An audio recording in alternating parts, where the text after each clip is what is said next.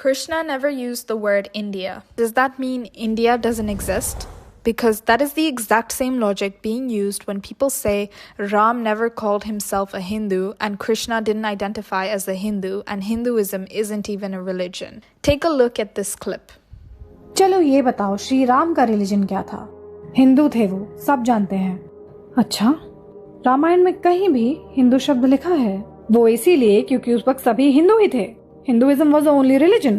हाँ, हो सकता है, या फिर शायद तब कोई रिलीजन था ही नहीं। Look, they're not wrong about the history, but they are deeply wrong about what that means for us today. And honestly, every time I hear that, something about it feels deeply incomplete. Because yes, technically Sri Krishna may not have used the modern English word Hindu, but Krishna also never used the word India. Does that suddenly mean that India does not exist? Civilizations evolve, names evolve, and identities evolve with history. The people of Bharat didn't need the label Hindu in the same way before large-scale encounters with outside civilizations because their worldview was the default civilizational framework of the land.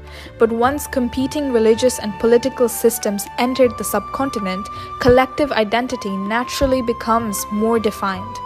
And I think modern Hindus are becoming so afraid of sounding exclusive that we're slowly disconnecting ourselves from our own civilizational identity.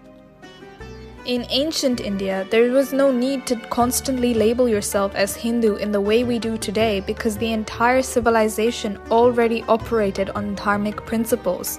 The festivals, temples, gurukuls, philosophies, science, and the arts, the understanding of social structures as karma, rebirth, moksha, yoga, tantra, dharma, all of it existed within one broad civilizational ecosystem.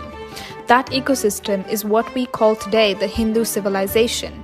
And people act like the word Hindu is some modern political invention. It really isn't. The word itself comes from the Sanskrit word Sindhu, the Indus River. Persian pronunciations transformed Sindhu into Hindu, referring to the people living beyond the river. And over time, especially during medieval invasions, the word became a collective identity for the native spiritual traditions of Bharat.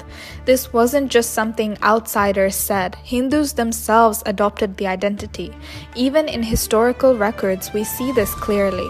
Shivaji Maharaj spoke about the Hindavi Swarajya, a self-rule of the Hindu people and civilization, not because he was trying to create division, but because civilizations under pressure naturally become more conscious of their identity. It is a recognized psychological and sociological phenomenon known as the social identity threat. And this idea that Hindu identity is somehow against spirituality makes no sense because identity protects continuity. The moment you completely disconnect yoga from Hindu civilization, it becomes a fitness product. The moment you disconnect meditation from dharma, it becomes a productivity tool for corporations. And the moment you disconnect Devi from Hindu philosophy, she becomes reduced to the vague divine feminine energy you see on Pinterest. And suddenly, the roots have disappeared while the aesthetic remains. And that is exactly what's happening today. People love the fruits of Hindu civilization while pretending the tree itself does not matter. But here's the thing, Hinduism is not merely a religion in the narrow Abrahamic sense. It doesn't revolve around one prophet or a book. It is far more layered than that. But that does not mean that Hindu identity is fake. In fact, our scriptures themselves describe a shared sacred geography and civilizational consciousness. In the Vishnu Puran, Bharatvarsha is described as a sacred land where karma and moksha are pursued.